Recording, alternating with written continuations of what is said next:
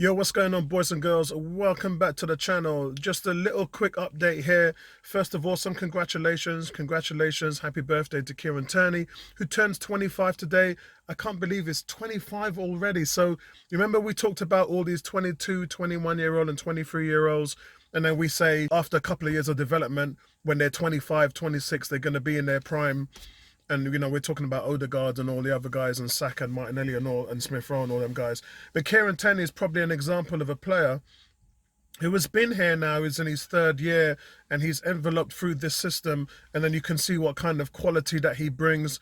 I get that people make the NHS jokes about his injuries and all that, and the team are trying to figure it out. That's the reason why they're looking at the likes of Aaron Hickey and all them guys. I know you lot are still talking about Max Aaron's. Max Aaron's gone a long time ago. That boat has sailed, man. I did mention 2 weeks ago that I wouldn't be surprised if Tavares went out on loan. Yeah, I did say that, and it looks like that the manager is saying that that is actually an option, because I think where Arteta wants the players right now and where some of the players are, the gap is too far. And, we know what happened with William Saliba 2 years ago when they had a look at him and said, boy, he's too raw. This guy needs a couple of years of loans. People are now talking about that with Balogun. I don't think Balogun's going to play a part this season. I think last season he did okay, but like I said, when you look at William Saliba, how he was just a don in France, that's how you need to react on your loan in order for you to come into the first team and then say, yeah, I want to break into the first 11. You can't go away on loan, have a subpar season, and then think that you're going to come back and then be a part of the first team. It don't work like that. You've got to show and prove. The reason why you go out on loan is because you're trying to show your team that you belong. And a season that Balogun had, and granted, he's only 20 years old, but 4 goals in 14 appearances, and he did kind of okay. Not what I would expect. If you look back at Nketiah when he was at Leeds and he scored them 5 goals, he didn't start much. I think he only started 9 games or something like that. And then the manager saw enough in him to give him the keys to the car, and then we all know the rest. He was out for a month with injuries, and that scaled him back, and that allowed Bamford to go in there. With the loanies, that's what they're going to have to do to kind of show and prove. And I hope Tavares will have a productive season. I wouldn't mind him going out on loan in a situation where he's playing every week, and that would be the Championship for me. I would prefer him to go somewhere in the Championship. Although, looking at one of the new Premier League clubs coming up from promotion, I wouldn't mind him going to play there. But at the same time, I've seen enough from Tavares to know he's got a massive ceiling. He's got really great upside, but he is tremendously raw on the back end. I would say that he would need to go out for another year to learn some defensive aptitude to his game and then kind of build from there. I have no concern about him offensively. Yeah. And if you were playing a 3-4-3, I would just stick him in the midfield. And so I think that he needs to go out and get some more help, which means that we're going to be seeing either left back or right back coming in. 21 million for Aaron Hickey all day long, bros. All day. I would sign that off all day long. Tremendous upside, really, really good, talented player, solid defender, two-footed, really, really like the kid. But also, by the way, we're still in congratulations mode. By the way, congratulations to MaitlandNiles. Katya, his missus, is heavily pregnant, and they are going to have a baby boy. So welcome and congratulations to them. Another junior gunner joins the ranks. Every time a baby's born, guys, I say another junior. It don't matter if the parents are even Arsenal fans. I just say, yeah, another junior gunner born into the ranks. And then you end up buying the baby Arsenal gear, so that they got no choice but to support Arsenal when they're growing up. Outside of that, the only real transfer news is 2 things, really. The first one, which is quite important, because of we knew what the 42 million would have done for Arsenal had they made the Champions League. Making the Europa League, guys, only guarantees you around 13 to 14 million. That's base, by the way. That's not including TV appearances and everything. That's just base for the competition. So you can make somewhere around 22, 24 million. So that's why it's really important. But in terms of budgeting and forecasts and projections, teams will always use that to affect their transfer. Yeah, they will always look at that in terms of the transfer budget. And so we were told they were going for about 6 or 7 players around Christmas, but because they miss out on the Champions League, the rumor now, and it is just a rumor, they're only going to be going for around 3 or 4 players in the transfer market. What this means is, yes, the squad is still tremendously thin.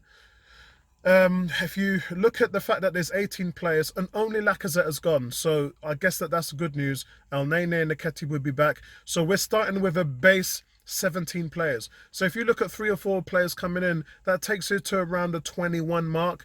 And as I said in my other videos, they were trying to get to 22 to 24. So 22 would be an acceptable squad number. So I feel that that's what they're kind of heading for. Hand on heart, I feel that they're looking for a squad of around 21 to 22 players. So getting 3 or 4 players in the transfer market this summer is probably now what they're looking for. So you remember we talked about this influx of around 6 or 7 players. I think that's gone. I don't think that's going to happen. I think that you're looking at around 22 players for this season. So it's a striker, attacking midfielder, a defensive midfielder, and a wing back, someone who can play left back or right back. That's what the team are essentially looking at. The 2 striker thing was a thing, but you've signed back Nketiah, so you definitely need to go in and get 1 striker and 1 attacking midfielder. So you're essentially getting 2 players who can add you goals now on top of what you already have in the team. Now, the second thing, guys, is one of those players is Gabriel Jesus. Now, we saw him, he was training along with Martinelli with the Brazilian team. Isn't it strange? Isn't it really strange? We talk about the fact that they need breaks, and some of these players only go away for 7 or 10 days, and they're straight back into international duty, like hardly any rest at all. And they're going to come away from this. They might get another week or 2 off after international duty, and then pre-season they're going to be back. They don't get much of a break, guys. They really don't get much of a break. It's really shocking, the disparity when you see someone like Maitland-Niles, who's on holiday, is rubbing his woman's belly because they're expecting a baby and they're off having a vacation. And at the same time, and you see some of the England internationals who are already with the squad and they lost 1-0 to Hungary the other night. And then you see Martinelli and Gabriel Jesus away training with the Brazilian team. It's just like, give these guys like 2 or 3 weeks at least. Just give these guys a break, man. Let them shut it down for a couple of weeks because it just doesn't stop. And that's where you get injuries and things like that. So, I don't know, man. And to me, Martinelli was one of those players who looked jaded towards the back end of last year as well. But back on topic with Gabriel Jesus, he was getting 110 grand a week at Man City. Arsenal allowed proposing. It was talk that they were going to double that in order to bring him in. As you know, we don't have Champions League football to offer him, so you're going to have to offer him a lucrative deal. And the figures are around, from what we're hearing, the figures are around 190 grand a week. So what's my thoughts on that? So my thoughts is I don't have a problem with it. And there's 2 reasons why. One is because we talk about Mahrez and Raheem Sterling, and those guys wasn't on the team sheet for every game. This guy was on Man City's team sheet for every single game.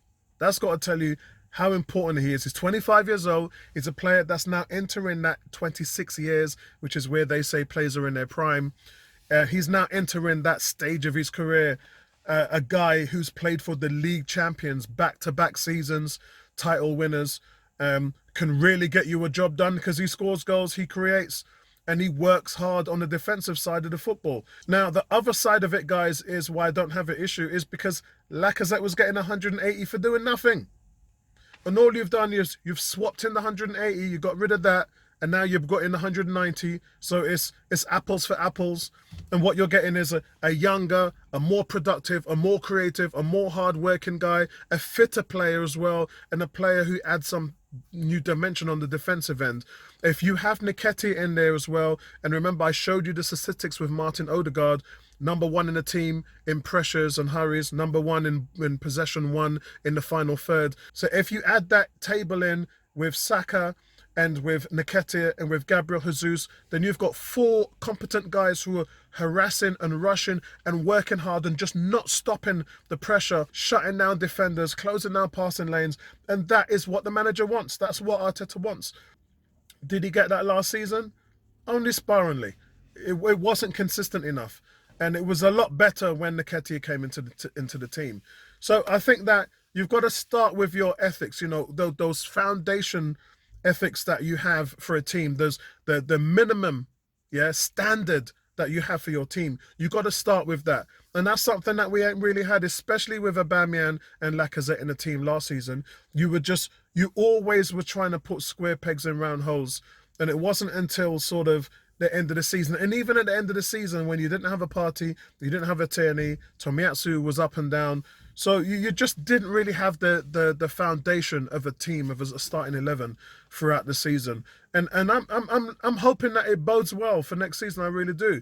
But as I said, I'm all for paying him 190 grand a week. That's the going rate, guys. A lot of these strikers now are making 300, 350 grand a week. They're getting well paid. Lewandowski's left Bayern Munich. He's going to get well paid. A lot of other strikers are leaving. They're going to get well paid. Haaland's just left, gone to Man City. He's going to get well paid. It's just the going rate. It is what it is. And there's nothing that we can really do about it because this is 2022 and that's what you have to pay for a striker in his prime. What I don't like though, guys, what I'm not a fan of is you got 1 year left on your deal and they're asking 50 million. Where are you going with that? Where are you going with that? 50 million for a guy. They're going to talk him down. They're going to talk him down because a player like that, he can stay with you for the last season and then you get nothing. And we're hearing other teams, there's teams in Spain and Italy that are after him. Bun that, because them teams don't really have any money. You look what Juventus had to do to get the Vlahovic deal done in January. They broke the bank. They broke the team. They broke everything just to get that. And they're going to be paying for that deal for the next 5 or 6 years. That's how broke these teams are. So when you look at that, Man City know the mustard. They know how it works. You're not in a time now where Real Madrid and Barcelona are paying them foolish kind of money for players. Them days are gone, man. These teams are so knee-deep in the red. You ain't seen them deals done anymore. Them deals are done. Only in the Premiership will you see deals done like that. It's just not going to happen elsewhere. So I think Gabriel will be an Arsenal player, Gabriel Jesus, and Man City's going to have to understand that you've got a guy coming in from Hadland now. So you're keeping hold of Gabriel Jesus, who's a commodity to you, and you're trying to rinse every little blood from the stone of that player, and it ain't going to work. Arsenal are not going to budge from it. They're just not going to budge. They're going to kind of keep them down to the 35, 40 million mark, and then the deal's going to get done on that respect. But yes, so those are my thoughts, guys, on everything. I'll speak to you in the next one, man. Thanks for supporting the channel, by the way, guys. I appreciate the love, and I'll speak to you in the next one, man. Peace out.